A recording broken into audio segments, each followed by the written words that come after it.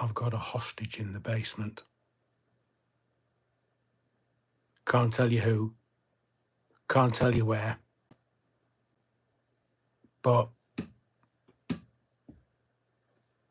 they didn't fix me in broadband. So I fed him, watered him, and he can stay there. Oi, oi, oi, oi, oi.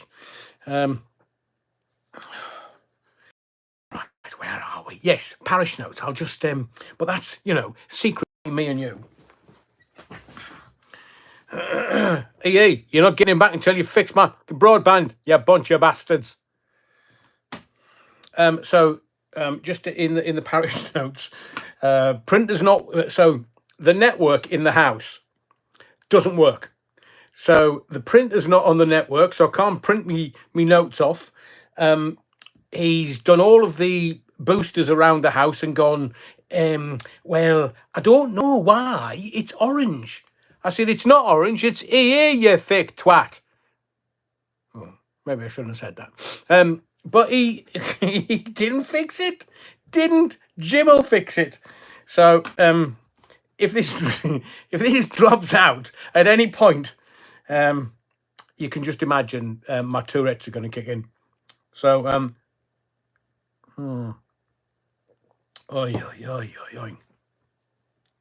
I told him more technical stuff than he told me.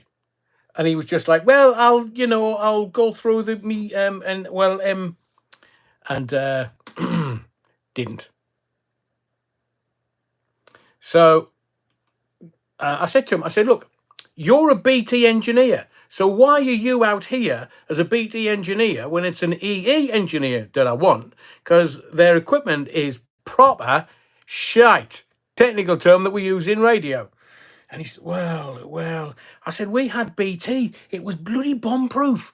Not that we needed to test it whether it was bomb-proof or not, but it was bomb-proof. And now this heap of shite is not fit for purpose. So I've told EE, you can take your shite equipment back. We're going elsewhere. Oh, you can't do that, so you've signed up for 2 years.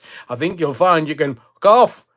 Technical term, Foxtrot Oscar, because it's not fit for purpose. It's not doing the very thing that you said it would do to us and for us. It's not doing that. So, you know what you can do, don't you? Said in Italian once. So, it's been... So the printer's not on the network. The printer's not working. The booster's not working. And all we wanted to do was save 60 quid a year. I stuffed that for a lark. So I have to say, we had, because the internet's not working, I know how Spain, Portugal and the south of France feels now. We will get through this. If it drops out, stay where you are. Don't move. I've got plan B, which is to leg it up and down loads of stairs and get to the original router, reboot it, and then we're going to have a ritual sacrifice on the live. If it don't work, I will be taking a hammer to a piece of EE's equipment, which is not fit for purpose. So we will have a ritual slaughter, if you will, or a ritual sacrifice of EE equipment, because it's shite. And please, if you are considering ever to use EE for anything, shove it up your jacksie, because if you're stupid enough to go to that company and use their wares after what I've been through over the last few days, and some of the parishioners of the body of the Kirk, then stupid is as stupid does. Oh, yes, but we'll use BT's equipment. Well, I can take a hammer to BT's equipment then. I don't care whose equipment it is. It's shite, and it's going to die on the altar of sacrifice tonight. Well, you know, that's what they would have done. Look at Abraham. He was going to sacrifice Isaac. So to keep it in the body of the Kirk, and I will be wearing my frock. Weekend. That's that's what we're going to do. As it says on the cup, I'm an utter wrong'un. I'm a bit of a dab hand with a hammer. So I keep saying. So if anybody takes a head count and they're an engineer short, it wasn't me. It wasn't me. Andy Turner says, "Oh, I bet the EE engineer's locked in the basement." Andy Turner, your psychic powers. Give it a year and the UK will be having a blackout. Give it a year. It could have happened just 2 or 3 days ago. We're going to talk about that in a second. Andy says, ask Alexa what is knife, knife, knife in Portuguese or little fish. Is it little fish or ill fish in Malay? Well, so you said that, Andy, and I thought, Alexa. She didn't work. Alexa, don't fall out on me, man. And she wasn't turned on. Comedy opening.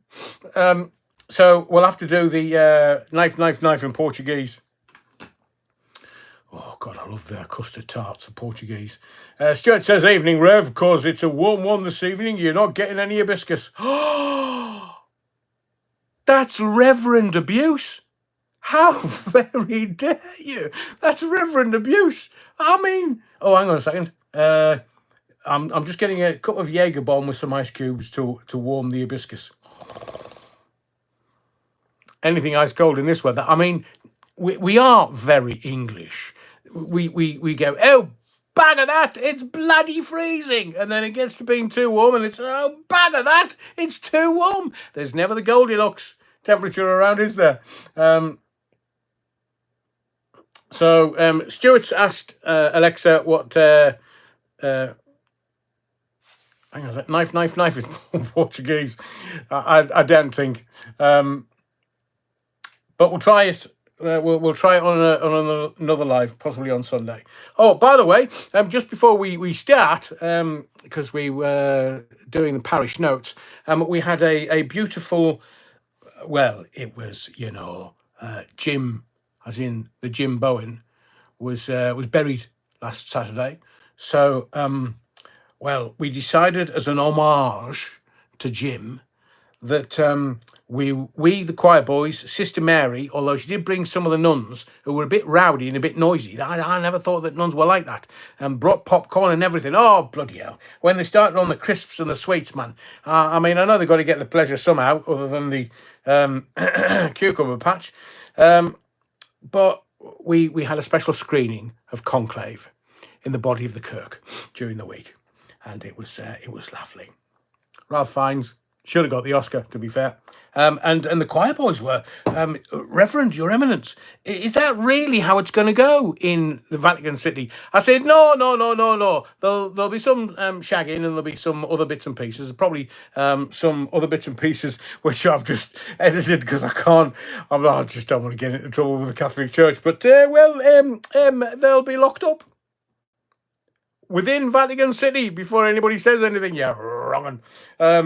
But yes, we had a beautiful screening of Conclave. Obviously, there was nothing in there that could have upset the choir boys, but they did say it had a distinct lack of Mars bars. So I said, well, one day this weekend, when the Tesco shop arrives at the body of the kirk, then hopefully we will be able to dole out Mars bars for you. Yeah, wrong. And because the Sister Mary and the nuns had brought their own popcorn and sweets, they were just a pain in the arse. But obviously we need to use more lube. Oh, did I say that out loud? Tom Harley says, evening everyone. As a wise philosopher, Wrongand once said, it's only Battenberg, but I like it. Yes, I do. I know you do. Yeah, Wrongand. PT Ham, evening Adrian and all you Wrongands. Lauren Taylor, evening PT Ham, of course. Lauren Taylor, no, wrong in this kirk is moaning about the weather. Lauren Taylor, do you think we would do that? You bet your sweet Bibby. I mean, it's a Betty Swallock's kind of evening tonight, and I've not got a beer in my hand, which is obviously as a man of the cloth. Because when I'm putting my cloth on every day, you can say that I am touching cloth, and it's just unfair. I've had to give up all my sweets, all my chocolates, apart from a touch of the Battenberg, and well, I can't have any ice cold beers. Seemingly, it's not becoming of an eminence or a reverend or soon to be cardinal. But it is one of those evenings for definitely getting your hand gripped around something rather refreshing. And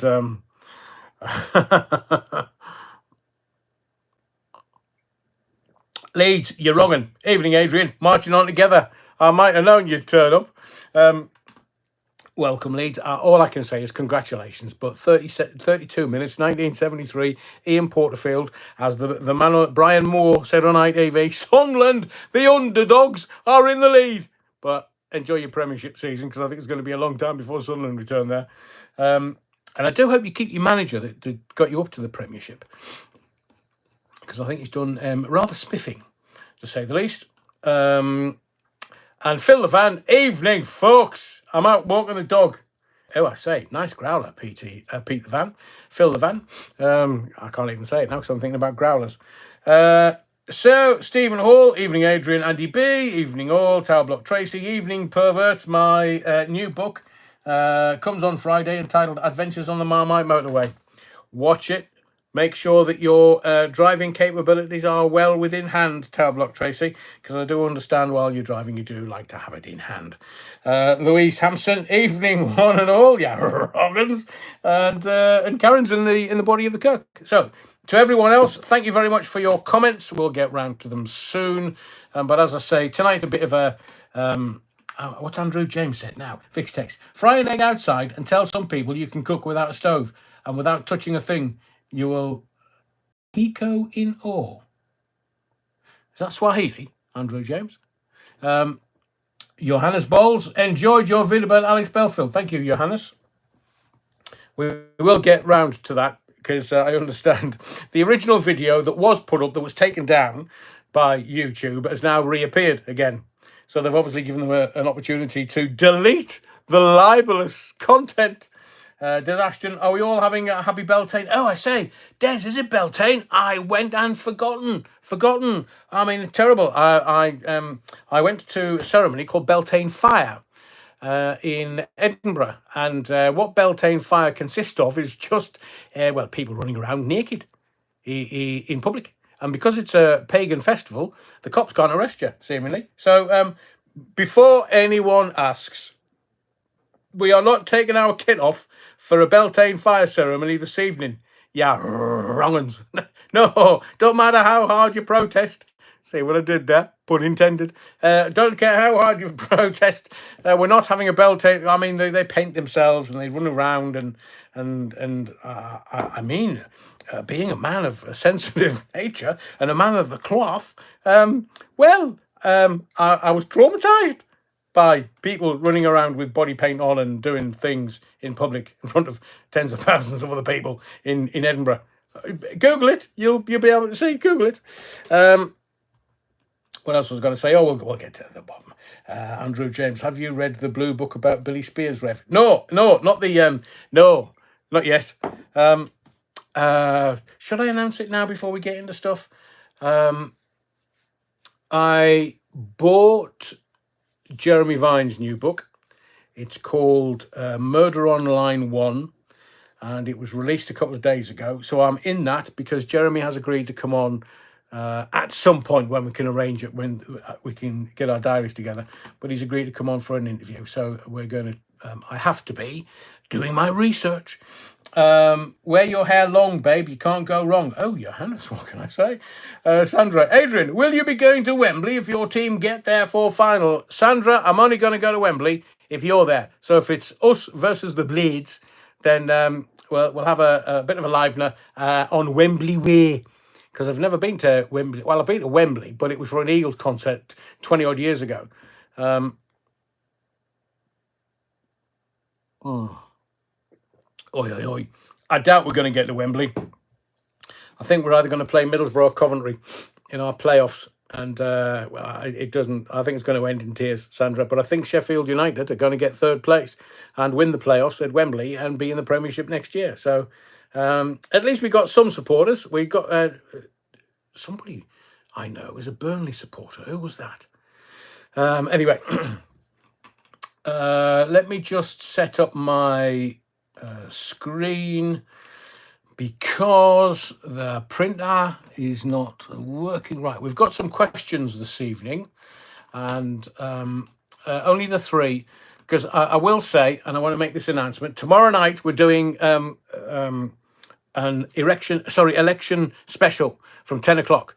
So from 10 o'clock, we're going to have a bit of a giggle. We're going to laugh at the Labour. We're going to laugh at the Tories, although Kemi, not good enough. He's not doing too badly, to be fair. Right, let me just do this and this and that and that, and let's get it up to size, so to speak. I'll use two hands. Honestly, I've never, even when I was doing late night professional radio and doing lunchtime phone-ins, there was never any stress there, as opposed to trying to get all this together at the start of 5 to 7, 5 to 8.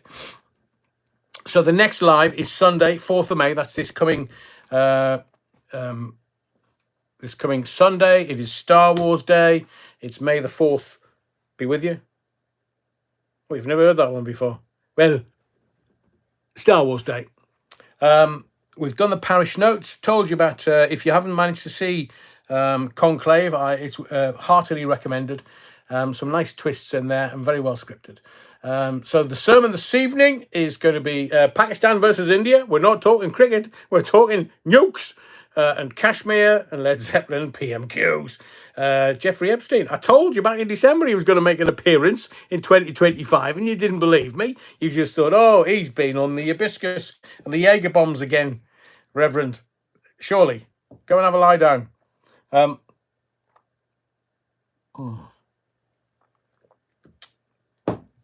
else was I going to say? Something important. Vine, Sunday. Oh yes, tomorrow night we're going to do the political thing. 10 till possibly midnight, possibly 1 o'clock. It depends.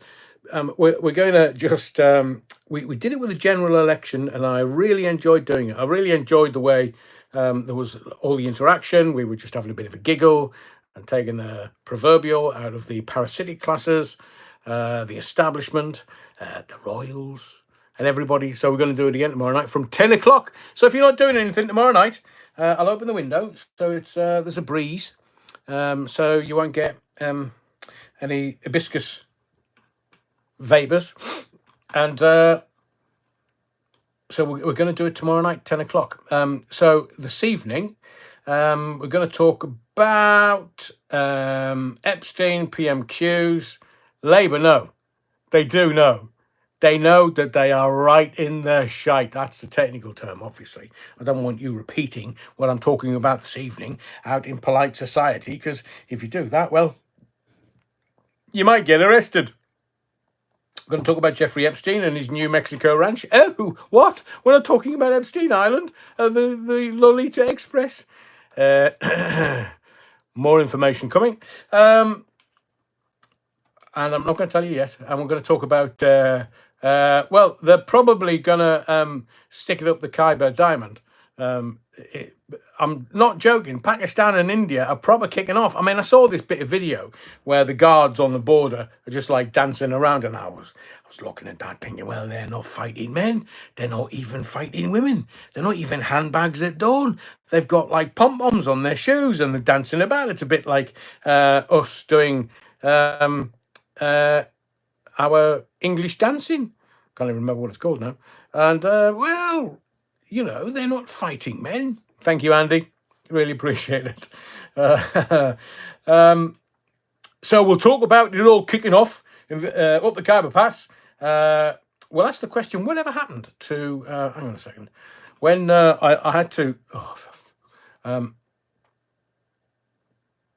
you know, I've just seen a headline. Tesco's have had to raise the price of one of their meal deals. That's the level of journalism in this country. I'm telling you. So whatever happened to the Hitler papers? Yeah, we'll talk about that. Oh, obviously. Because some people, they still think he died in his bunker in Berlin. Ah, where, man?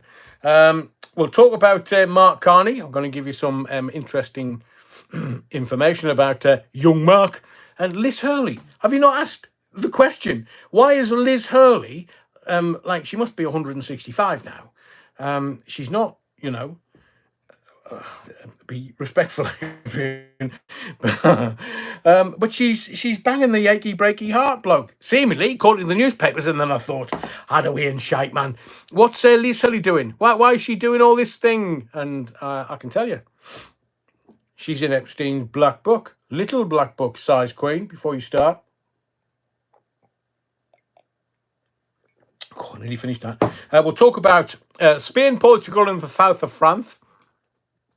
Everybody's well, some people were in Barcelona, and they were saying, well, it's a bit worrying. All of a sudden, we just went dark. We'll talk about Charles Linton Blair, Tony Blair. Stuart says there's so many in the black book. I know it's about 5.5 feet thick. We're going to talk about Tony Blair, Charles Linton Blair.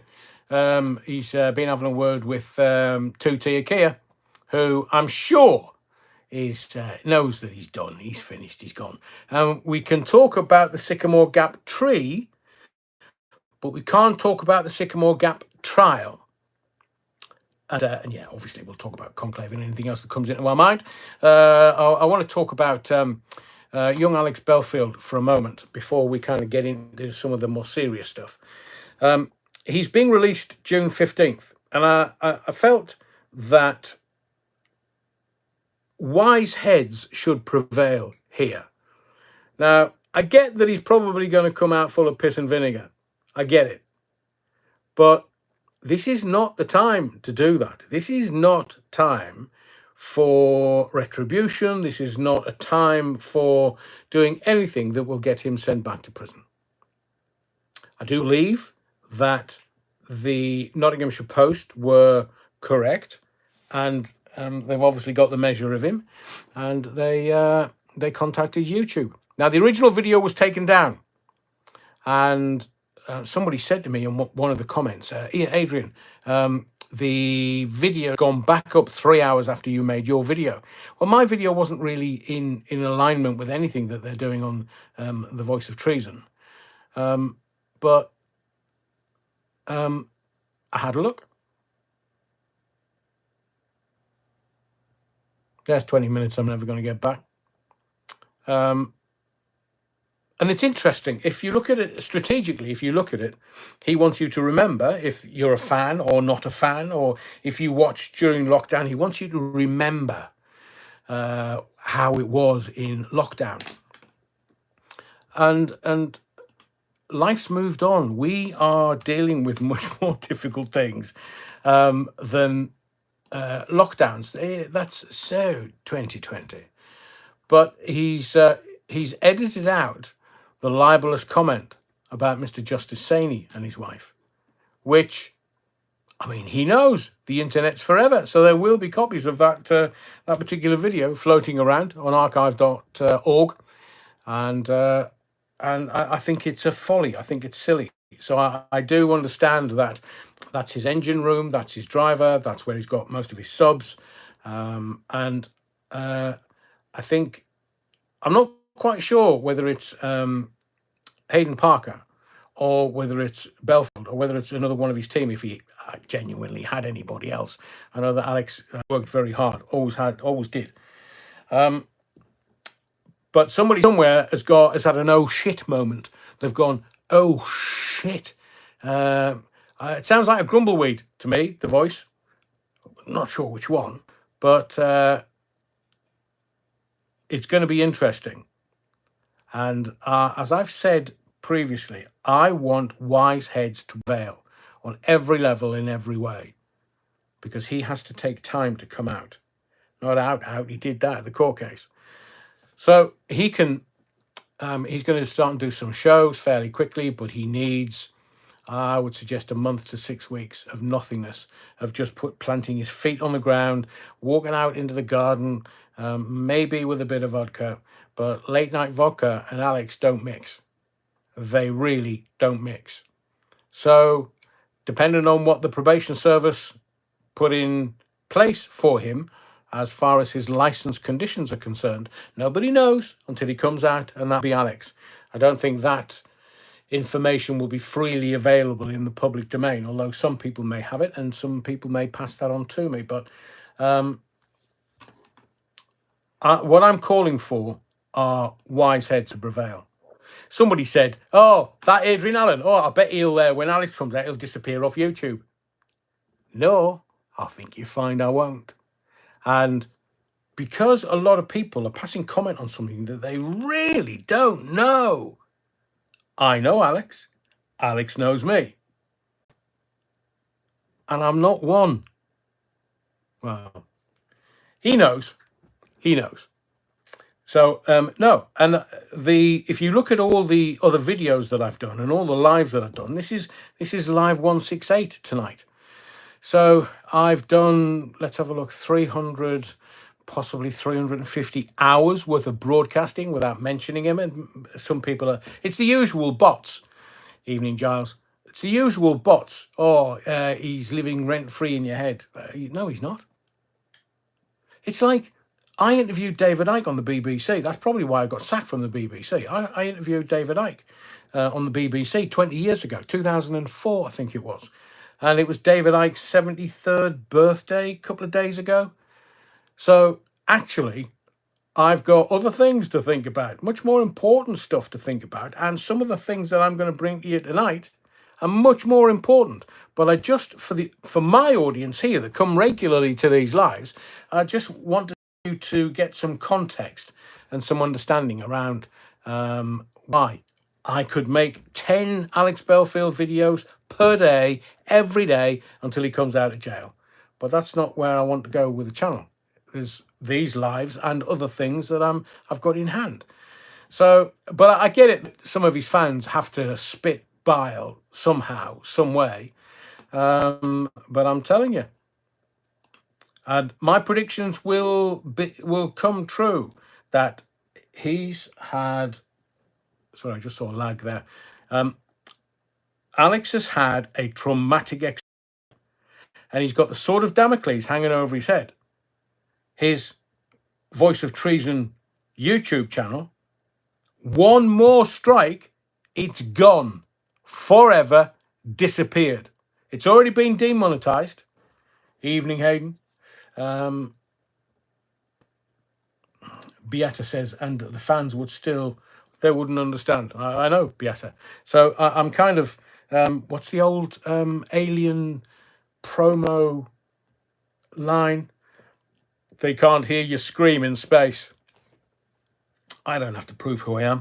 Alex already knows, as does Katie, as does a lot of people around him. They know exactly who I am and my background and my relationship and friendship with Alex going back, what is he, 42 now? So you're looking at 25 years, 1999 when I first met him. Was it 1999? Where was I? Century 106. Started working there in no, it must be 98. So, blimey, 27 years. That's a bit scary. Les Griffith says, constantly discussing him will feed his ego. Oh, I get it. But I get it, Les. But this boy is traumatized. There is a reason why they send you to jail. The sword of Damocles is hanging over his head. Sandra Wytham, you're still pixelating. Hang on a second. Hang on. Let me just do this. Right, hopefully it'll stop lagging in a second and everything will be right. So I think it was Sandra. Thank you, Sandra. I have connected to the Wi-Fi, so it shouldn't pixelate anymore. It should be a little smoother running. The all Bovrel's late, you tart. Jackie Glasgow, good thing I got from Alex is I got to join you in your Battenburgers. Oh, Jackie, you're very kind. And welcome to the body of the Kirk, Jackie. Beata, you'll probably find another platform. Well, it's difficult. Social media is very difficult nowadays. He's not going to go to X because he hasn't got that many. Well, he has to be very careful. So this sword of Damocles, because of his stalking and harassment convictions, we'll see whether he's engaged with the probation service in jail and how they see Ian. Alex will get his own server. We'll avoid WickedTube. Ian, he's never had his own server, ever, take it from me, because the work's been done, he's never had his own server. He may have told you that. He may have said he spent tens of thousands of pounds on that. But I am telling you, there are experts that told me it's not his own server. So again, it's just managing the narrative. Nicholas says he will be shanghaied straight. He won't be able to mention Vine online. So the orders that restrict him from mentioning anyone to do with the court case, there's 8 of those, 4 guilty, 4 not guilty, and 2 extra that were added at another court date. So he has 10 restraining orders. And it depends on the probation service. If he's engaged with the probation services within jail, then they may give him more leeway. But if he hasn't, and he still maintains that he's a victim, well, then the license conditions will be a little more stringent. But he should really have played the game. He hasn't played the game. He thinks he's the cleverest man in the room, and nobody beats the system. Ask Tommy Robinson.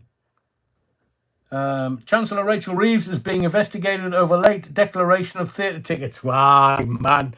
Is that another one, Hayden?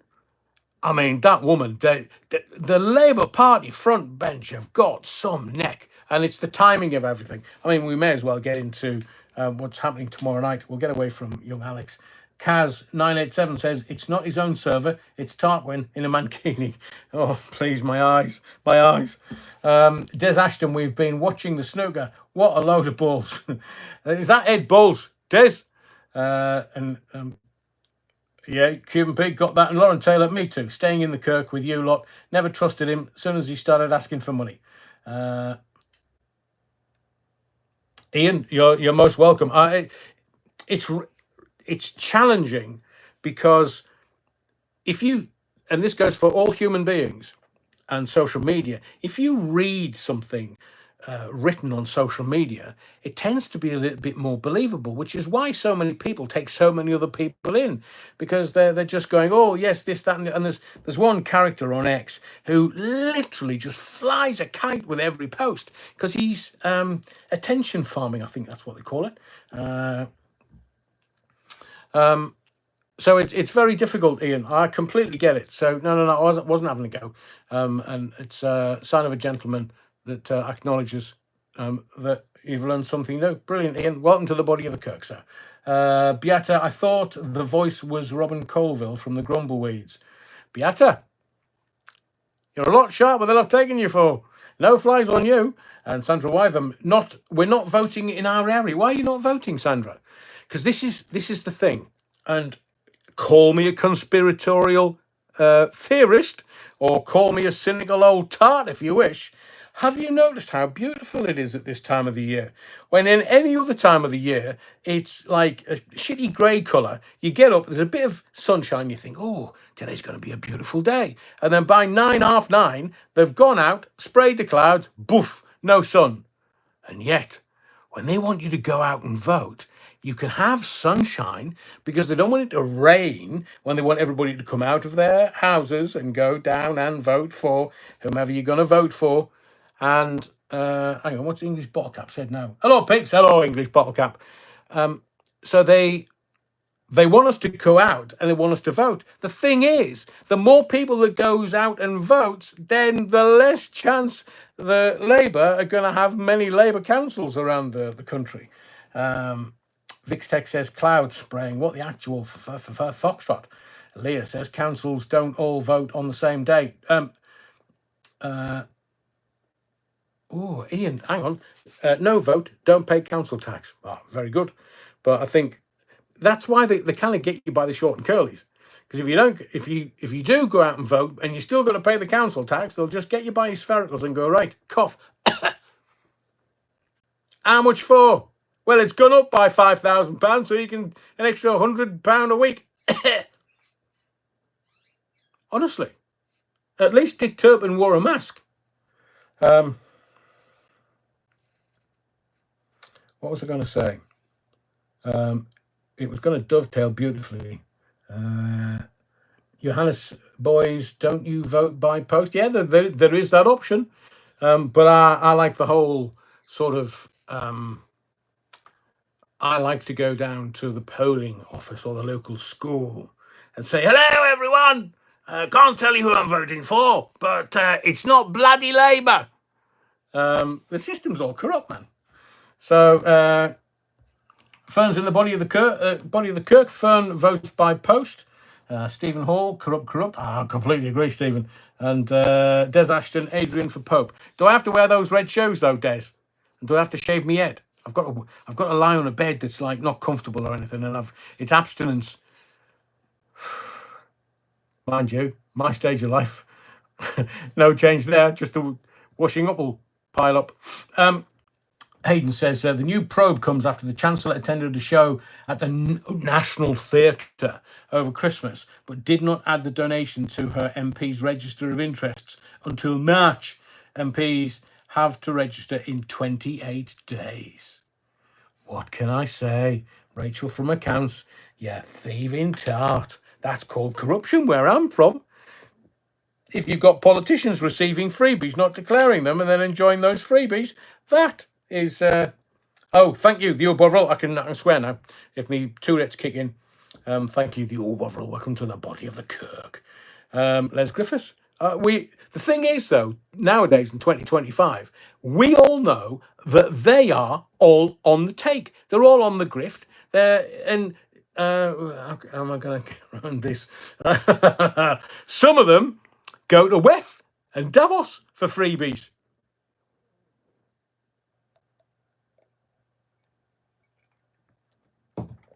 Body swerved that one quite well. Des Ashton says, Rachel from Complaints didn't get that right either. Yeah, she didn't get into accounts. She just got into complaints. Well, no change there with her political career. So what was I going to say? Let me just find... right, we'll start with a question. Question, early doors, because I'm doing another live tomorrow night. I'm not going to get to 2 hours, probably an hour and a half, an hour and 3/4. Because I do need a night's sleep. So, question one this evening. If your eyes are down, we're going to talk about stuff that's kind of going on that people just... Well, I'm not going to answer it for you. I'm just going to ask the question, and I'll be very interested to see what you think, what you believe, and whether it was the paparazzi that did it in the tunnel. In a bomb-proof car. Diana was in, bomb-proof. They had to cut the top off, and I've still got the picture of her in the car, alive. So question one this evening, mind you, I cut my brake pipes, admitting that. Question one this evening, there's going to be 3.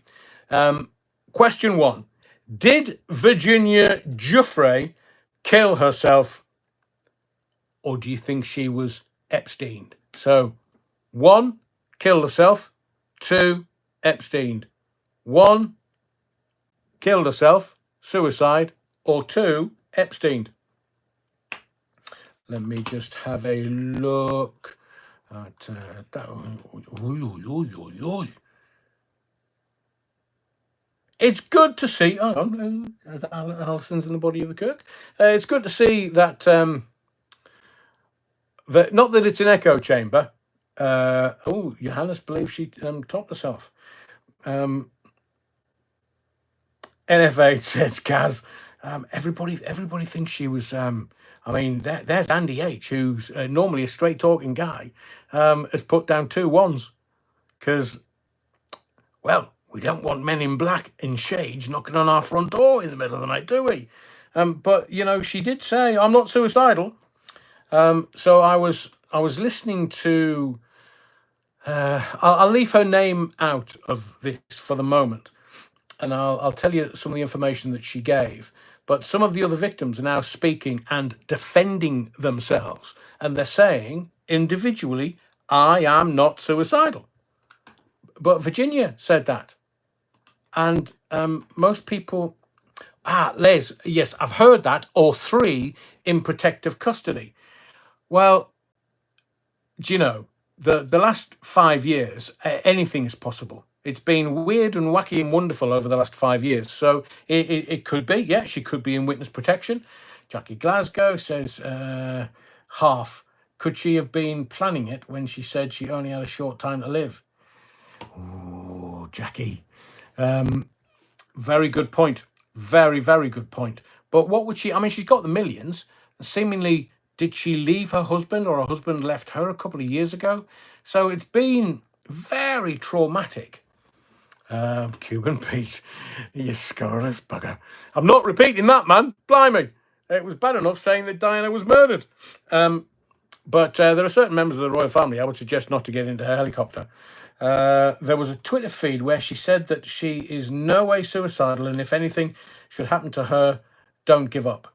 Yes, that was Virginia's own words. But it's... I don't know about you, but when I heard about the car crash, I thought, what's going on there? That doesn't feel right. And then the photographs came out, and then there was all this rubbishing of her and her testimony and what she was saying and how she was saying it. And some people were saying, well, she's not been very well. Yeah, you know what that means, don't you?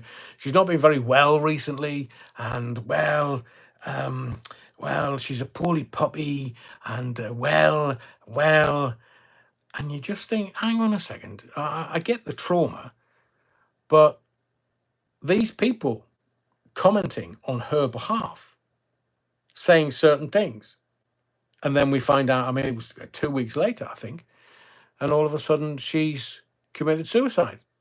Just like Dr. David Kelly. Remember that? No, weapons of mass destruction. No. I've had a look, there's none there. There has to be, because Tony Blair stood up in the Houses of Parliament and said, clear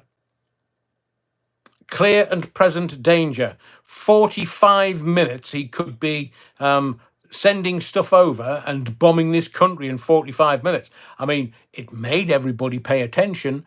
But Dr. David Kelly came out and said, I don't know what he's talking about. There's no weapons of mass destruction there at all. And then Dr. David Kelly commits suicide.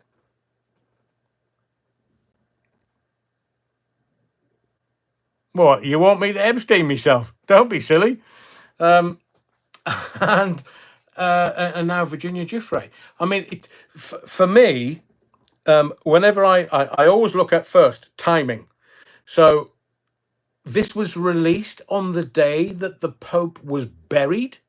I mean, a great day to bury bad news.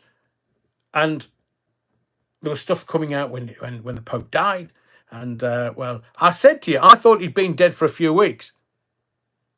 But Adrian, he was on the balcony and he was waving at people.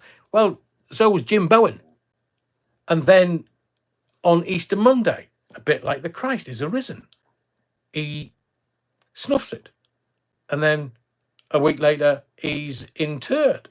And then, is it May 6th or is it May 7th? They're going to start the conclave. Look, the conclave could last months, years. Some of them have. So we don't know what exactly is going to go on. But somebody's talked about Diamante red shoes. I mean, friend of Dorothy's? Anyone? There's only those that'll get that. Will get that. So I do believe, from what I understand, this victim of Epstein is trying to say to the world, look, I'm not in any way suicidal. And then she went on to talk about the New Mexico ranch. And I thought, hang on a second, I've never heard that. Is it the Zorro Ranch in New Mexico? It's a survivor called Juliette Rose. You can Google her. She talks of cloning at the New Mexico ranch. She talks, she and others talk about PSYOPs. Now, again, at the beginning of the year, I did say to you, 2025 could be the year of the PSYOP. It's just going to be everywhere. But the PSYOP could be to make the victims sound crazy. They have some horrific stories, but that's what they want. They want us, me and you, to believe that the victims are crazy go nuts. And we kind of know that they're not. They've been, I mean,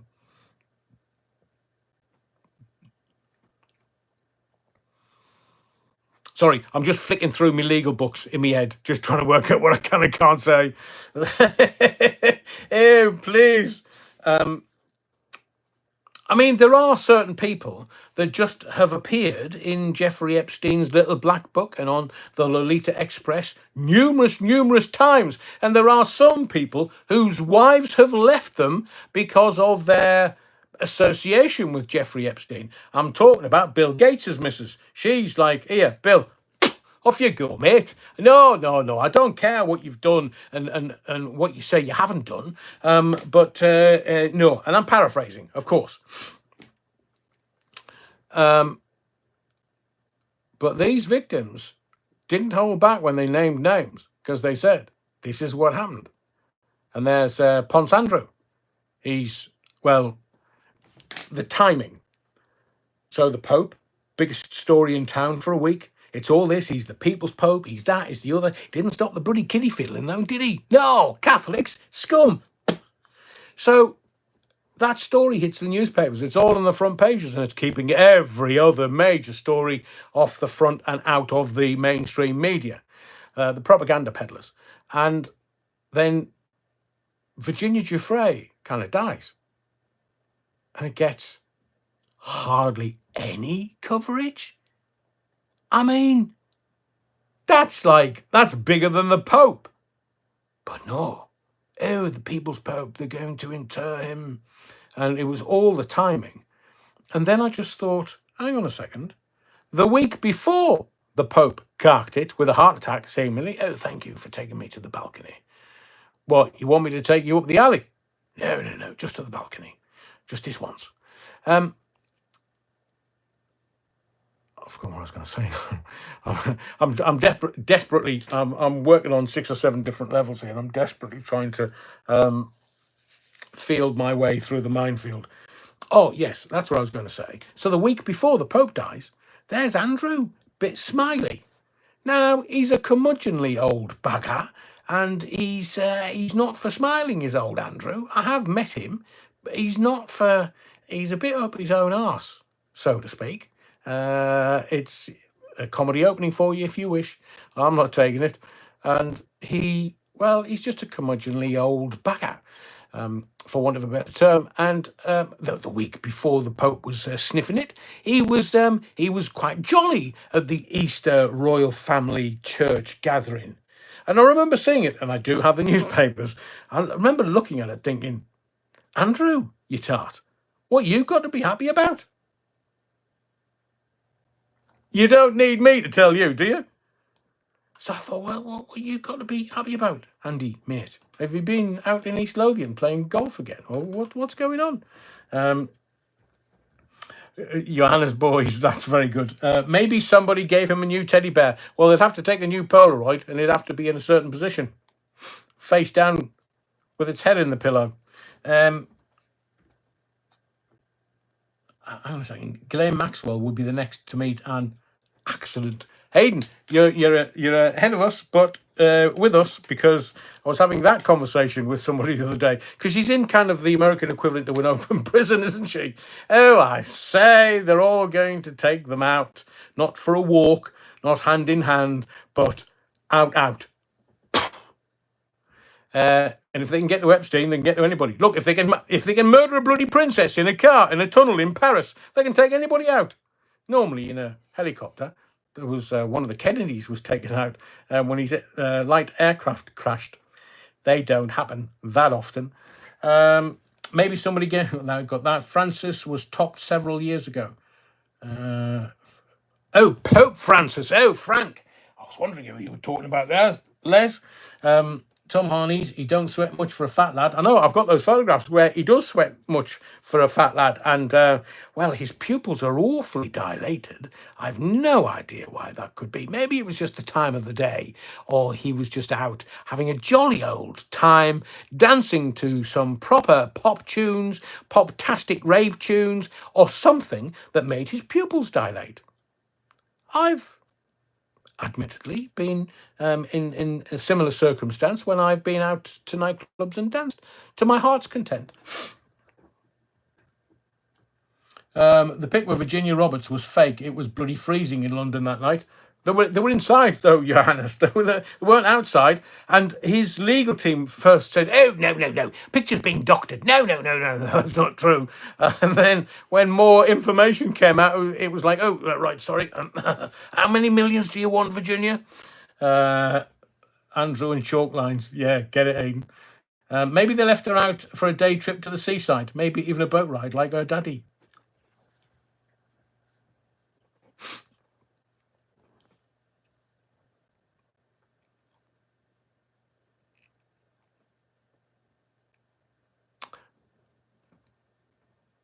Pun intended, but we are sailing into some very choppy waters. Oh, do you know, sometimes I just feel like saying, "Oh, sorry, I'll just tell you what I know." Johannes says, "No, they were wearing cashmere. The window was open." What, in the car? The only white powder I partook of was sherbet fountains. Oh, Les. Sherbet dib dabs. I mean, how cool was sherbet dib dabs? And it was healthy because you got some licorice with it, not licorice stick. I said stick. But Des Ashton, the agony of the ecstasy. You see, that's very intelligently done, Des. I'm so glad that you did that, not me. In English bottle cap, she was legal age in the UK, but not in the USA. Oh, I wonder if that's why they flew her over. How are you, Virginia? Yeah, let's go party, pet. Let's go party. Do you want a little livener? Oh, I say, are we having hibiscus tea, Andrew? With some Jaeger bombs? I understand it works very well on the theatre of the mind on a Sunday and a Wednesday. Oh, Virginia, you can have anything you want, and then when we come back, I'm definitely giving it to you. Oh, Johannes, no, Ghislaine's flat. Yeah, they weren't very sweaty, were they? That's interesting, Vix text. Ghislaine Maxwell has her finger on a kill switch if she's offed, like Epstein. She has threatened that in the past. Departing from the story, Adrian, but they are reducing percentage of beer. What, as in 4%? Are we going back down the scale to 3% and 2%? Because I know when I was a boy growing up, and I eventually became legal tender and went out for beery, Larry nights, that I mean, having 4% beer, a pint of 4% beer was proper out there. Normally it was 2.5. And you could go out, it was 4 pints an hour every hour while you were out. And you could do that at 2.5%. But then they doubled it to 4. I mean, there's a bar in Dublin called Porterhouse Blue. And I had a pint of something and it was 14% proof. I literally laughed at it and said to the barman, "Are you sure this is supposed to have any effect?" And he was like, "Yes, sir, it will." I said, "Well, it hasn't. It just tasted like water." And then I tried to get off my stool and fell flat on my face. He laughed. I did, thankfully. But Porterhouse Blue was a bar in Dublin about 15, 18 years ago. Got absolutely shitted on a pint of beer. I will never live that down. My reputation was sullied from there on in. Bad Manners Special Brew. What a great song that was, Garen. A good session beer, says Rich. And no, that place, drink there often. Dear Stuart. Oh, Porterhouse Blue. It's a great bar. I mean, I've been around Dublin a fair few times, and I'll give you a shout next time I'm coming over to Dublin. Maybe we can imbibe 2 or 3 or 4 or 5, but not in Porterhouse Blue. Jesus, it's like a stairway to heaven. You get a couple of pints of that, and you can't make head and tail of where you are and who you are. But it's fantastic stuff. According to English Bottle Cap, the stronger the ABV, the longer it takes to enter the bloodstream. I don't know how long I was sitting there, English Bottle Cap, but literally it was just like, nah. I mean, the last time I had some strong wine, I mean, I'm amongst friends, so I can tell you this. The last time I had some strong wine, it was in Nottingham, and it was, my mate Gio will probably watch this at some time, but it was called Leone wine. It was his dad who made the wine, and I went over to the head of sport at Century 106. So, well, I'm not going to name him. Evening Fletch, Darren Fletcher. So we go there, and I've been on this wine all night, and I was just sitting there thinking, I thought you said this was strong. And they said, yeah, it is. I said, no, it's not. It's like drinking tap water. And he was like, how very dare you? Wait till you want to stand up. And literally, in a heartbeat, I stood up. And all of a sudden, I was all unnecessary. I was running around the house saying, let's take our clothes off. Let's start running around. And I ran out the front door and started shouting, I'm buck naked. And I was on a first date with a girl. So I'm running around this cul-de-sac in Nottingham, shouting, I'm buck naked, I'm buck naked. And they were trying to get me into my car. She was going to drive my car. She was going to get me home, get me out of there. And nobody...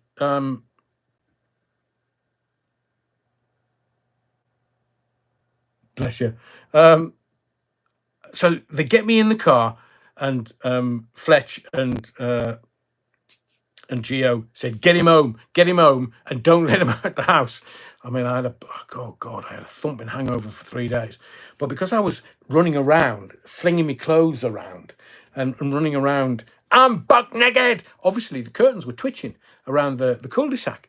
And everybody was like, oh, the bloody hell's that? I'm buck naked. Oh, I say, Ethel, there's a naked man running around the close. Don't know where he's come from. We'll have to find that out. Anyway, the close had this Christmas party about 6 months later. And they went over to Fletch and said, here, who was that bloke that was running about our close shouting, I'm buck naked? And he said, oh, don't worry about him. He don't live here anymore. Hang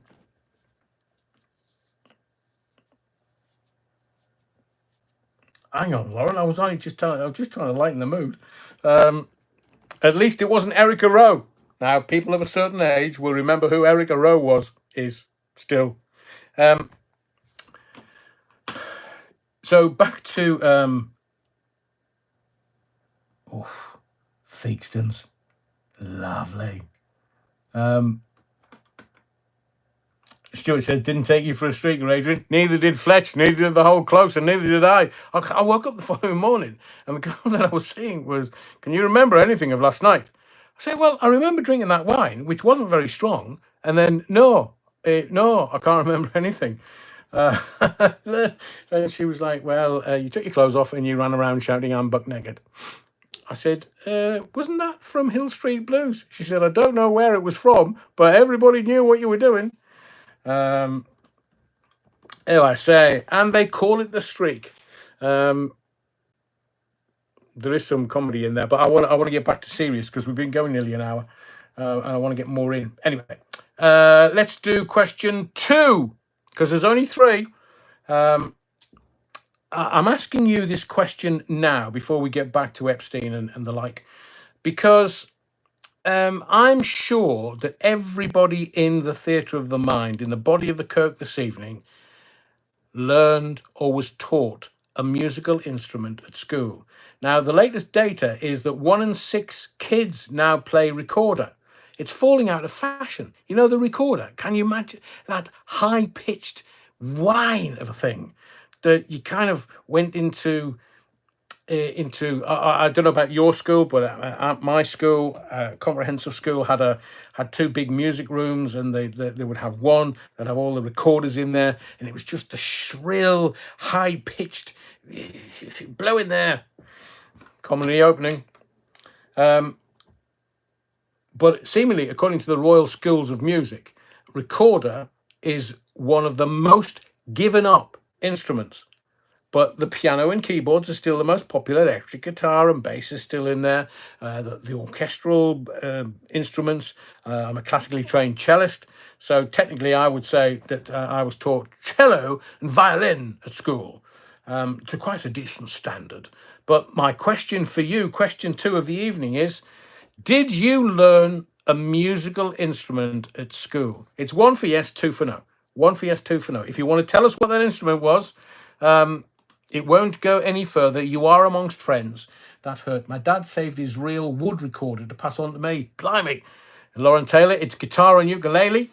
Who said castanacas, you tart? Apparently, the blue... Des, yeah, mocky old tart.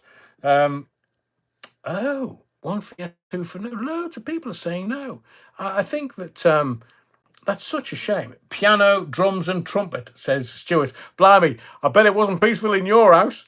Piano, drums and trumpet. Well, all at the same time. Kaz987 says, I played the big drum in a church pipe band. Garen Davis, everyone, was the one playing the triangle in the school orchestra. Very important instrument, triangle. Not much of it, but there's still the most important instrument, especially in the school orchestra. Phil Levan, well, we could have guessed that. He was never at school, so never got to play a musical instrument. Rusty's Romans, 2. No, didn't. And Stuart, I was thought to blow my own trumpet. Haven't you got to have 2 vertebrae removed to be able to do that? Viola for school orchestra. Oh, Ian, you were next to me in the school orchestra. I was lead cellist, seemingly, in Sunderland Youth Orchestra. And I love the cello's a beautiful sound, as is the viola. Very underrated. Hang on, Stuart. No comment. We had a Hammond organ at home. Oh, I say. Scofield. Did I get it right last time? Scofieltier. We had a Hammond organ at home. Lovely. Shire Fields was on the spoons in the pub, obviously. Shane Hall says, yeah, the recorder. I prefer the pipe organ. Sounds like a jet engine. My mum, I mean, it obviously came down the female line. She was insanely talented and could literally, one day she bought an accordion, you know, and she literally taught herself how to play that. And I was like, Mum, how the bloody hell can you do that, man? She's like, well, you know, it's not too far removed from a piano. She was a piano teacher. And so I just wanted to know, because the date has come out today that everybody's ditching the recorder. Where are we? I wanted to learn an instrument, discovered I had absolutely no clue. That's from Des, no clue Ashton. English bottle cap, Mike Alligators. One steel pan. Oh, beautiful. Beautiful. First pan, except I had a disadvantage. Everyone other than me played 2 hands. I played 1 due to disability. Wow, that's still very, very cool, Mike's Alligators. Rusty's Roamings, taught myself the guitar, and I've played it ever since. Do you know, isn't it amazing how we humans, I know loads of people that have, like Rusty Roamings, that taught themselves the guitar. And you think, you look at Eric Clapton and you look at, I don't know, all of the other great guitar greats, Van Halen and the guitarist from Led Zeppelin, who bizarrely, one of my favourite bands, I literally just can't remember his name. But all those people, Roland Jupiter 80 synthesizer was the thing of my dreams, says Nicholas. Dominic Beresford, I learned the guitar at school and now teach it. I detest the recorder with a passion, says Dominic. Les Griffiths, castanets. Les, you can get arrested for that. But we were so poor, I had to borrow my old man's dentures. That's brilliant. That's brilliant. So I just wanted to know, and I know that Knopfler, not Jimmy Page, thank you, Phil Levan. But Knopfler's not a slouch either. Was a timpanist for a short time in the 1990s, says English Bottle Cap. Wonderful. My dad tried to learn, this is from Stuart, to play the banjo, but gave up. Self-taught bass also. Oh, Ian, you tart. Now, is that double bass as in orchestra, or is that electric bass? Because I have, I've got a Fender jazz bass that I never pick up in anger, and I want to teach myself.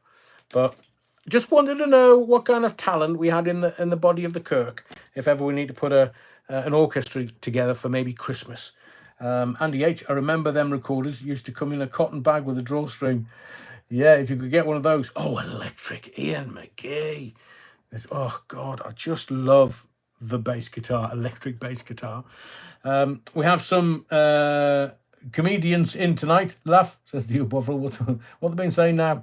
While we were talking about music, the great composer, in my opinion, John Williams, has had to cancel another concert due to ill health. Oh, what's my favourite by John Williams? Is it The Deer Hunter? That's, he just composed some breathtakingly beautiful music.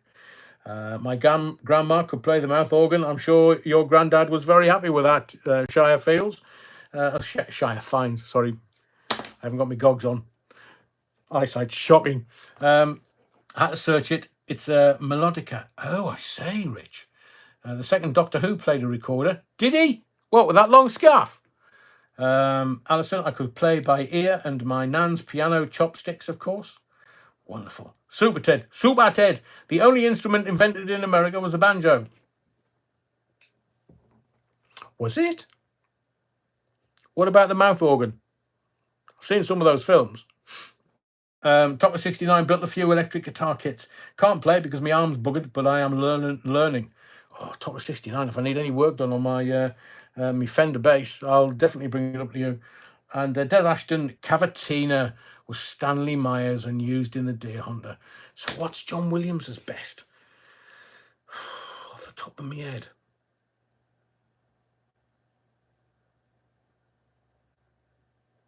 Was it not Cavatina? Was Cavatina? Well, Des says it was Stanley Myers. Adrian, the second Doctor Who was Patrick Troughton. Oh, he was a proper stoic. Definitely a very English Doctor Who, Hayden. Stuart, what about the banjo string? Well, I quite like having a bit of a strum every now and again. So is that the single banjo string that we're talking about? We've got Cool Granny for Shire Fines. Tom Harney's Mama Had a Squeeze Box. Daddy played in All Night Long. No, it's Mama's got a squeeze box. Daddy likes to... Mama's got a... Is it Mummy's got a squeeze box? Daddy likes to squeeze at night or play at night or something. There's Griffiths. Who invented the Jew's harp? Was that American? Ooh. N says, what about Mr. Methane? No, thank you. I've worked with Mr. Methane. Stephen Hall used to play my nan's piano. See, I doff my cap to anybody that is able to play keyboards and a piano. My mum was a piano teacher. She tried from a very early age. But until I got into my teens, my hands weren't big enough. They grew in my teens, but my hands weren't big enough to get an octave on the piano. So we had to give that up as a bad job. Des Ashton, he wrote it for John Williams on classical guitar. Oh, that's it. Thank you, Les Griffiths. Mama's got a squeeze box. Daddy never sleeps at night. N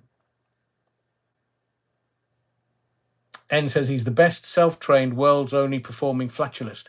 He is, but there was a French guy called Le Pétomane who was a flatulist before Mr. Methane, and genuinely, God blimey, it must be 40 years ago. At Buzz FM in Birmingham, we organised this pub night, and we got Mr. Methane to come along, and it was the funniest thing, honestly. Leave your dignity at the door. Oh, Hayden, not get an octave. I believe Elton John is the same. Yeah, his hands are small, but I mean, you could not put me in the same room as the genius Elton John. Always wanted to learn bagpipes when I was in the army, says Ian McGee. Oh, blimey, can you imagine fighting with one of those? And Dominic Beresford says, Leonard Rossiter played Le Pétomane in a movie. I remember, Dominic, that was in the 70s. And that was, I mean, in the 70s, can you remember they used to put little triangles on movies going, oh, this has got think stuff in it. So maybe you should have the kids in bed by the time we play this. And one of the films that they played was Le Pétomane. Leonard Rossiter, what an actor he was. John also wrote the theme for Jaws, Star Wars, Close Encounters. What's my favourite? All three, I think, Rich. Star Wars, possibly. Miko did a great version of that. Close Encounters, what a theme tune that was. But Jaws, I mean, 1975. There was a question asked in the papers today around 1975, and was it the best year for films? I mean, it was One Flew Over the Cuckoo's Nest and Jaws, and they were saying, no, there were some decent ones made in the 80s, but with 75, I wasn't 18, so I couldn't go and I couldn't get in the cinema. Memoirs of a Geisha. Hayden, that's oh God, I remember that now. One of the haunting melodies, Memoirs of a Geisha. We know what the geishas did or didn't, as the case may be. Nicholas says, never mind John Williams, John Barry's 007 takes the Lecter, best song ever. I agree. They still haven't named Bond, though, for this new movie, have they? But I don't think anybody's ever going to beat the Bond theme. I don't think there's anything going to come close to that. Good job they didn't light Peter Main's farts. He would have beaten NASA to Mars. Definitely, Les. Oh, Amalia's in the body of the Kirk, everyone. I can't hear the convo, but I can see the comments. Hans Zimmer. Oh, my fave movie score writer and Howard Shaw. Agreed. Hans Zimmer. What's my favourite? Oh, man. I am tired tonight, so my brain's not working. Harry Potter, John Williams. Thank you, Sam. Stuart, Back to the Future franchise are my favourite. Stephen Hall, Be Awoke Bond. Oh, can you imagine? Hans Zimmer. Oh, yes, Interstellar. What a theme. Theme from Castaway. Not sure I know that one, Rich. That's the one with Tom Hanks, isn't it? Phil Levan says, did Mr. Methane ever had the odd wet fart? I'm sure he didn't follow through. It would have been catastrophic for his act. Hang on a second. Where's Hayden gone? Because Amalia says, favourite ever score and film. The Thing, says Ian McGee. Rich Adele's version was great. Going for gold. The race is on, Andrew James. Super Ted, seen Jaws in the old Regent Cinema in Redcar in the 70s. Have they pulled that down? Just along from the mighty Tower of Power that is Redcar Beacon. I'm sure they had a great cinema there and they pulled it down. The theme from Summer Holiday. Kitty. Theme from Coronation Street. Yeah, take some beating. Forrest Gump is my favourite Tom Hanks film. Good film. Although, no, I won't go down that route. Rich says Schindler's List, beautiful. Genuinely beautiful. Boily Boyle, laugh and the world laughs with you. Fart and you fart alone. Especially if it's wet and you follow through. The old Bovril, I've never been much into films. Well, we're going to do a quiz at some point over the next couple of months where we'll do... I mean, I quite like doing the quizzes the way we're doing them. And I want to make them easy enough for people just to have a rare old time. Lauren Taylor, Coronation Street theme tune, very recognisable. Oh, Vangelis, Chariots of Fire. Adrian, this is from Aidan. Another John Williams theme is You Are the Pan from the film Hook. Wasn't that Robin Williams? And Ferris Bueller's Day Off is another. Yeah, agreed, Stuart. Blade Runner. That's a great film score. Hang on, Les. I was in Jaws. I was the one tripping kids up in the running out of the water scene. Bless you. I collect movie soundtracks, have some limited editions. Beautiful, Hayden. Rachmaninoff, second for Brief Encounter. Was it Rachmaninoff? Monty Norman was the composer of the James Bond theme. Right, Nicholas, I'll have a look when I'm finished. Lionel Layton, Monty Norman was the composer of the James Bond theme. But was it Barry?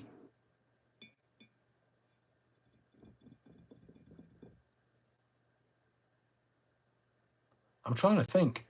Because I kind of remember that in a quiz somewhere where it wasn't actually, not Barry Norman, but, you know, the guy that everyone presumes composed the Bond theme, and actually it was Monty Norman.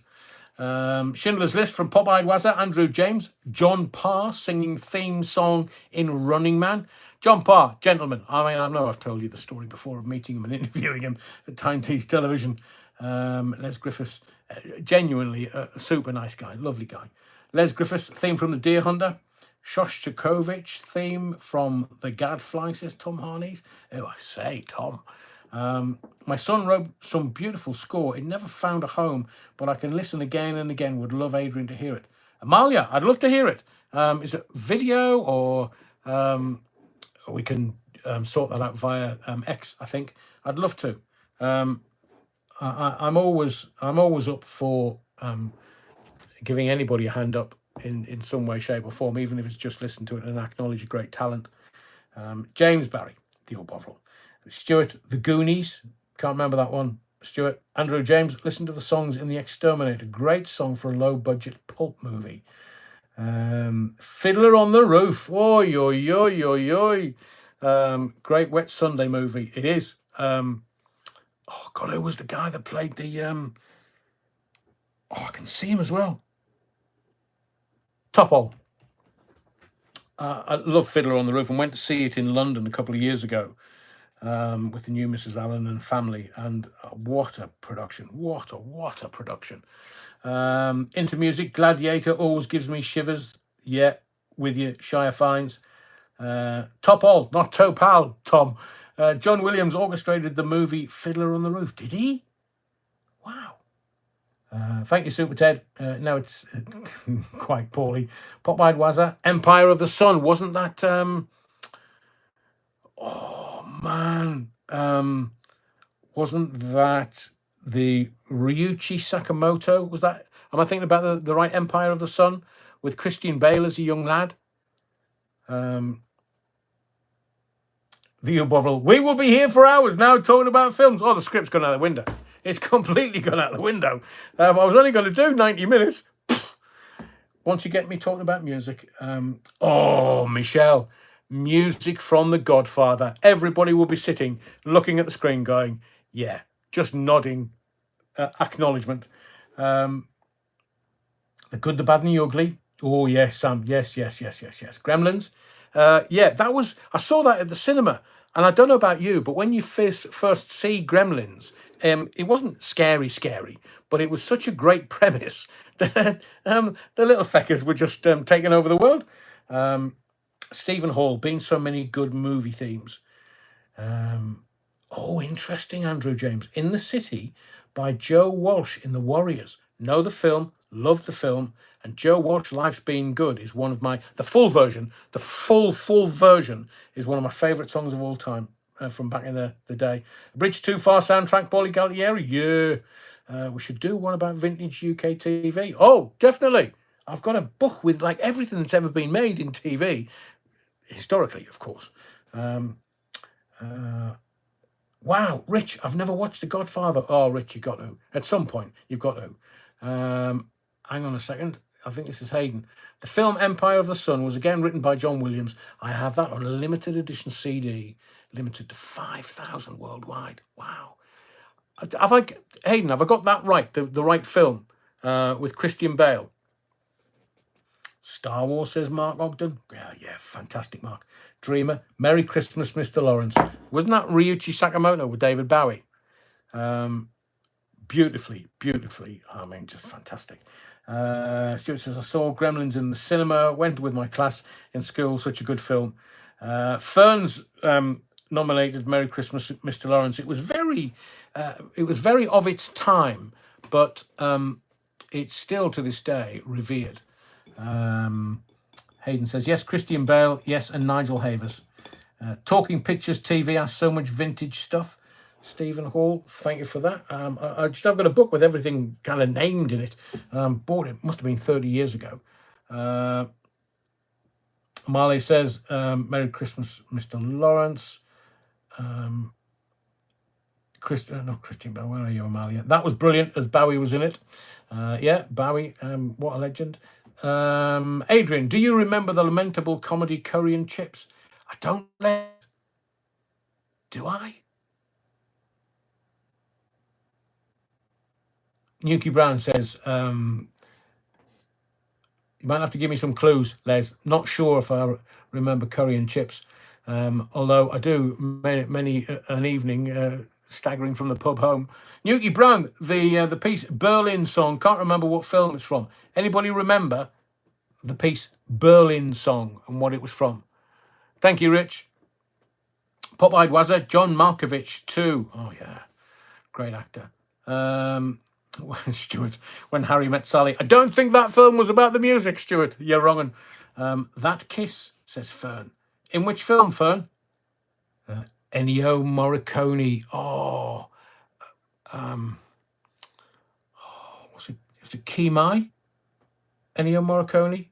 I mean, I know Ennio Morricone did the kind of spaghetti westerns, but I'm sure he did Kimai. And I was just trying to think of who did Mate Kudasai. Was that King Crimson? The Dam Busters. Yeah, 2 World Wars, 1 World Cup. We'll take anybody on. Play the Dam Busters. Whole country will invade somewhere. Paulie Galtieri, planes, trains, and automobiles. That's proper. Spike Milligan was in it in the 60s. Load of shite, says Les Griffiths. Right, okay. We've had fun with the because we're gonna kind of Spike Milligan. We'll call it a day in about 10 minutes or so. But Shire Fine says, Adrian, please give us your thoughts on the blackout yesterday in Spain. Let me just look at this because I found some interesting information. We didn't get to India and Pakistan. I might save that for tomorrow night. Did everyone here miss the electric substation that went boom in London a few hours before it all kicked off in Spain, Portugal, and the south of France? Now, on the one hand, people are saying, oh, it must have been one of those EMFs or something from the sun. One of those... I'm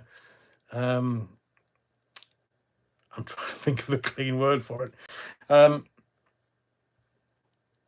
So this is what I found. That Britain was hit by unusual power activity hours before the Spanish blackout. So the UK's grid operator is investigating an unexplained shift in electricity frequency on Sunday. The unexpected power issues in Britain on Sunday were of a much smaller magnitude, but have still spooked officials. So somebody said, what do I make of it? I trust no one and trust nothing. So I know that one question, did it not surprise you or amaze you that it happened in Europe and it didn't happen in America, didn't happen in the Far East, didn't happen in places where they have much more fragile setups, as in infrastructure?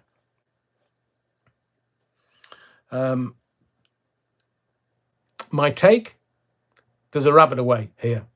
There is a rabbit away because ordinarily they would have offered an explanation really quickly, because some of my friends were in Spain and France and Portugal, and they said it just went poof. Well, I mean, that's what a blackout is, obviously. But see, I remember the blackouts in the 70s when it was the 3-day working week and Labour screwed everybody over and screwed the whole of society up. But we were having power cuts, and I remember they literally just went poof off. And the freezers can last, I think, up to a week. The fridges can last 2 or 3 days, so long as you keep the doors closed. But it was just like a massive black hole. We're back to Rachel from accounts again. And I know there's a rabbit away. I know it's scared a lot of powerful people because somebody somewhere has pulled the plug on something. And as I say to you many times, the presence of the unusual in the usual. The presence of the unusual in the usual. How would they have made that happen? Spain, Portugal, and the south of France. And it's one of these emissions from the sun. And people are going, Les Griffiths says, 10 Days of Darkness is coming very soon. If you know, you know. Well, look at Liz Truss. Liz Truss is now an advisor to Nigel Farage. And Liz Truss told the country when she was Prime Minister a couple of years ago, there's going to be power cuts. And everybody was just like, oh, yeah, you're off your rocker, you. Solar flare, maybe, boily boil. Phil Van says, Adrian's blaming EE. I could do. I've definitely got my dander up with them. Put another quid in the electricity meter, 50p, Ray Norton. Rich, if you Google National Grid Live, you can see the power overview. Too many years as a Sparky. Rich, honestly, I'll be sitting there not watching TV. That's the kind of OCD thing that I love. Stephen Hall, sun can affect radio signals. It can. But it didn't. It was the infrastructure in Spain, Portugal and the south of France. And how could that be taken out? Unless, of course, it was one a bit like the pipeline that the Biden administration took out and blamed Russia. Not the H2, the pipeline in the Baltics or the northern seas around Russia, and it took out the electric cable. Thank you, Stuart. Just think if we were all totally digital, madness to come in years. I have a wind-up radio for emergencies. I make sure that we are stocked for 36 hours to 48 hours, just in case anything kicks off. I mean, look, we're all a bit tubby. Oh, speak for yourself, Adrian. According to the Bad Wolf Project, Spain's national power company, Red Electrica, said that there were no definitive conclusions. I bet there wasn't. So they're trying to work out whether it was aliens. They're going to try and work out whether it's the sun. They're going to try and work out whether it was the Russians or the Chinese or the Americans. They're going to try and work out whether it was WEF and whether it was Tony Blair on orders from WEF. It literally could be a bit like how you get more plane crashes when you hire people who aren't qualified to get pilots, to be pilots. I know, Galactus. I know. But then again, 9/11, there were guys that could fly those 757s into those Twin Towers who hadn't had any kind of flying experience whatsoever. Fern says, buy small greenhouse and grow your own salad stuffs. That is why I've got an allotment, Fern. That was my my whole shtick for a while, saying if you want to be self-sufficient, make sure you've got crypto. And there's something really weird going on with crypto. The banks don't like anybody making themselves wealthy, so it's very weird. The Bad Wolf Project says it was the switch to showing off that Spain could run on renewable. It's overloaded the grid. Oops. Well, I hope Millipede. Ed Millipede is paying attention, because Tony Blair's gone, oh man, net zero here, mate. How do we and shite, man? He obviously watches the channel, probably on a Sunday. It's God's day. It's the WEF implementing the Nero Order 2.0. Les, you're an educated man, obviously. Paulie Galtieri, Adrian, all those doctors and engineers were out looting within minutes. Oh yes, of course. Yeah, so they don't want to say to people, oh yeah, no, stop nicking the stuff. Oh, it's a power cut. It'll be switched back on in 2 minutes, and then hours later, oh, can you see all these jackets I've nicked? Right, let's wind this up, because I'd love you to be here tomorrow night, 10 o'clock. Because I've the Bovril WEF, the Great Reset, they've obviously set the leggy, unless they've not been paying their bills, in Spain, Portugal and the south of France. Tomorrow night, 10 o'clock, we're going to just take a very irreverent look at politics, the political classes, the establishment, and we'll have a look until the early hours, or until I fall off my perch. So we'll keep going tomorrow night. I think it's going to be a very, very, very interesting night. I think we could see the beginnings of the death of another political party. I think Kemi Not Good Enough has been trying her damnedest today and last Wednesday. She got right into Starmer's ribs, but he's almost a Teflon Don. Nothing sticks yet. But I think if Labour are eviscerated tomorrow night, then we could see the end of Starmer's political career. So we'll keep an eye on that tomorrow night. 10 o'clock we'll start the live. And thank you for being here this evening. We were serious, and then we weren't, and then we got into, as we normally do, get into other stuff that this is about interaction and engagement. This is about your voice as much as mine. As Des Ashton says, you will own nothing and be happy. Yeah, all right. At least we weren't sacked, Klaus, mate. Luke saw that. When are the results in by? Phil, I would guesstimate that the results will start coming in between 11:30 and 12. That might be the first one, but there will be from about I don't know, maybe 11:30, 11:45. Sunderland or Newcastle always vie for the first. So we'll do the lead up. I'll do my research and make it entertaining for you, and then we'll get into when the results come in, talking about it, and you can be my eyes and ears. Fill the van, PM, Ginger Growler, fill the van. I think Yvette Cooper, 11-1. You will get 11-1. I looked at the odds today. 11-1 for Yvette Cooper to be the next PM. Wes Streeting's the favourite. Ginger Growler, I think she's too rough. Can you imagine? All right, lads. Yeah, Prime Minister. Yeah, I'm going to go and meet Ursula von der Leyen, bitch. Yeah. Did you see her today at PMQs wearing Larry green and red shoes? So, we'll talk about it tomorrow night. I've got loads in hand. I've got all the notes from tonight. We'll use that, and we'll have a bit of a giggle tomorrow night, because you can't take politics seriously. It's full of arses and clowns. So we'll thank you, Chris. Thank you to everyone. I hope you enjoyed tonight. Thank you for being here for this particular live, even though it's shorter than normal. I've got a 2 or 3 hour show to do tomorrow night, so I hope you'll be there with me. Based on the USA model results by the end of June, says Delastron. Yeah, they'll have to bust them all in. The Bad Wolf Project, make it entertaining. Swingometer in the buff live stream. Can you imagine? They'll bash down me back doors. Oh, I've heard that before. Amalia Grassy, see you tomorrow. Stuart, great live, Rev. See you tomorrow. Thank you, everyone. And enjoy Thursday, and let's all laugh at Labour tomorrow night, even if you're a Labour supporter. Night all. See you tomorrow. 10 o'clock, Thursday night. I think it's going to be very, very interesting. I'll see you all tomorrow.